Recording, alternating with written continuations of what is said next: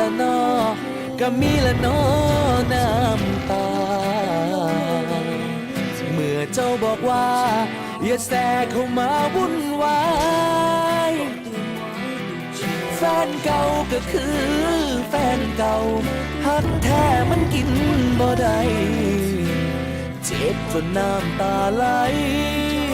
เมื่อได้ฟังคำบอกลากา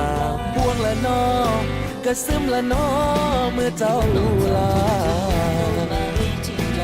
เคยเป็นเทวดาต้องกลายเป็นหมาเมื่อเจ้าเมินเขาเลิกกันแล้วเข้าใจบอกสมองอย่าคิดล่วงเกินเชิญออกจากชีวิตเข้าไปสักที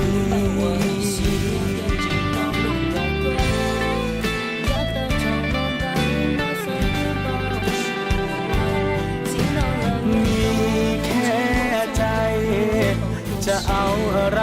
สู้เขาเงาว่าเรายังมองไม่เจอ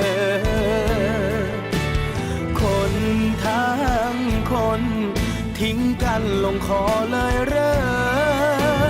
เธอจ้าเธออย่าพึ่งทิ้งกันกอดขาไว้เจ้าก็ไปคือเก่าห้องให้คุกเขาเจ้าก็บ่สนใจสิกราบขอร้องสำใดเจ้าก็ไปคือเก่าคนถูกทิ้งเหมือนหมาหาเจ้าของคนที่ทิ้งเหมือนหมาเดือนเก้าก็เจ็บละเนาะเมื่อเขามาเอา